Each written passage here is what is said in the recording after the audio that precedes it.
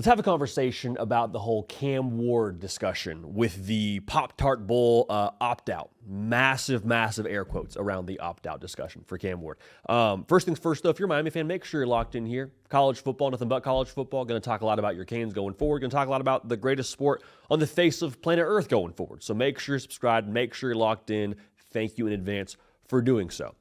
So if you have no idea what I'm talking about, Cam Ward does not play the second half of the Pop-Tarts Bowl. Balls out in the first half, breaks a record in the first half for career touchdown passes Case Keenum, like phenomenal stuff.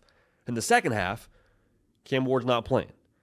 And it was jarring how many Twitter Rudy Rudigers hit the timeline, say, can't believe this dude quit on his team. Can't believe this dude just played the first half, decided to break a record, and then called it a quits. I mean, what is this guy? That's going to hurt his draft stock. It's going to hurt him overall when you talk about NFL GMs. And it was just like, one, it never passed the smell test for that to be a Cam Ward decision. I want to just reset this whole discussion, though, and like unpack the way that it went down. Again, that happens. The Twitter storm happens. Nobody wanted to ask a second question. Nobody wanted to ask, like, hey, why did he sit the second half? Hey, was there more to this than just Cam Ward walking it at half and saying, all right, that was fun. Appreciate y'all. I'm out the second half. Does that make any sense at all? Not from my vantage point. Nobody wanted to ask the next level question of why is this happening? Talking to folks close to Miami, close to Cam Ward, what I was told is this was always the plan for him. The plan was always play the first two quarters or play that first half and then enjoy the rest of the game. That was the plan. So it's unfortunate the way things transpired to end the football game because Miami loses by 1 point and it's just a tough look because they have the ball and like if Cam Ward's in the quarterback driver's seat, not Emory Williams, yeah, you probably do score. You probably do win the Pop-Tarts Bowl. But again, what I was told is this was always the plan. So optically, yeah, it's tough. But if Miami wins that game by 10, are we having a discussion about this right now? I don't think so. Nobody's batting an eye at this if Miami wins the football game. If it's not a dramatic end where Cam Ward could have made a difference, nobody says a word. So that's first off. The second part of this is it is wild to me how many folks from the what I would call big college football apparatus that were screaming and crying and yelling at the top of their lungs how much bowl games didn't matter anymore. Bowl games are meaningless. Why do we even have, I want less bowl games. Those same folks turned around when Cam Ward opts out of a bowl game with an edible mascot and says, man, I cannot believe he doesn't want to finish the season with his teammates. Cam Ward, bad guy, doesn't love football. Do bowl games mean something or are we just getting after Cam Ward for not playing in them? We can't have it both ways here. You can't talk out of both sides of your mouth in that discussion and say Cam Ward needs to play in the second half of a game where the frosted strawberry Pop-Tarts are on the sideline and then also say bowl games don't matter. Cannot have it both ways. Taking a step further, like Cam Ward playing at all, I think, is a service to the college football public.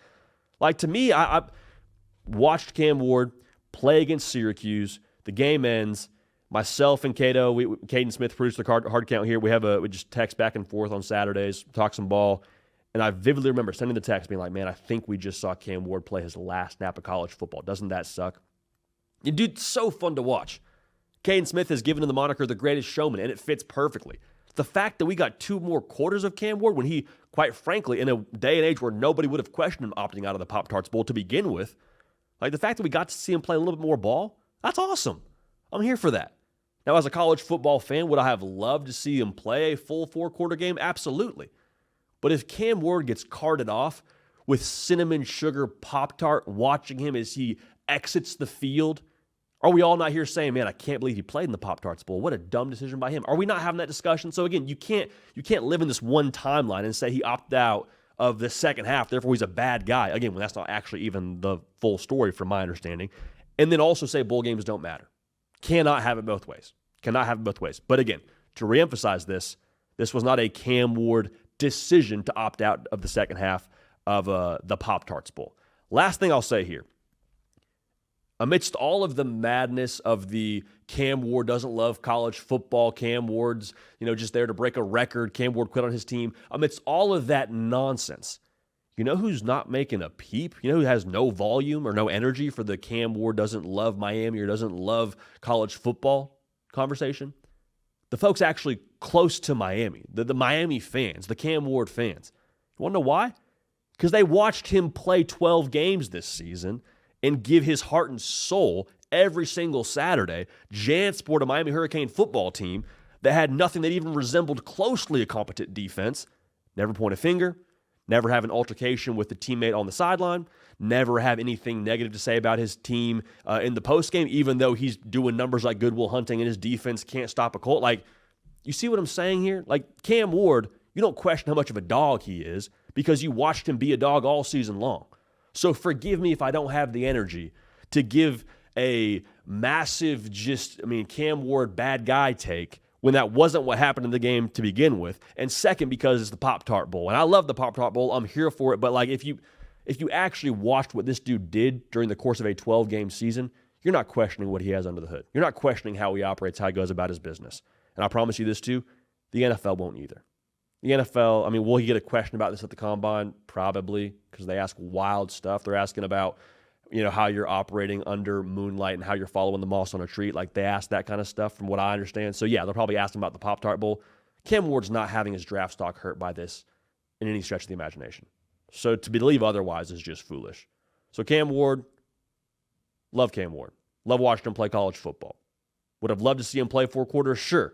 But to insinuate that there was anything about him as a football player, competitor, teammate that has to do with this, I think that's just absolutely nonsense. And let's ask some second-level questions here for those that want to dunk on the Cam Ward situation. Appreciate y'all being dialed in, man. Make sure you are subscribed. The season is going to end here pretty soon. The confetti's going to drop in Atlanta. It'll be phenomenal. It'll be poetic in every sense. It'll be pageantry. This show will not stop. This channel will not stop. College football conversation will continue right here, so make sure you're subscribed so you don't miss a minute of it all year long. Appreciate y'all. Love y'all. Going to keep the party rolling. We will see y'all next time.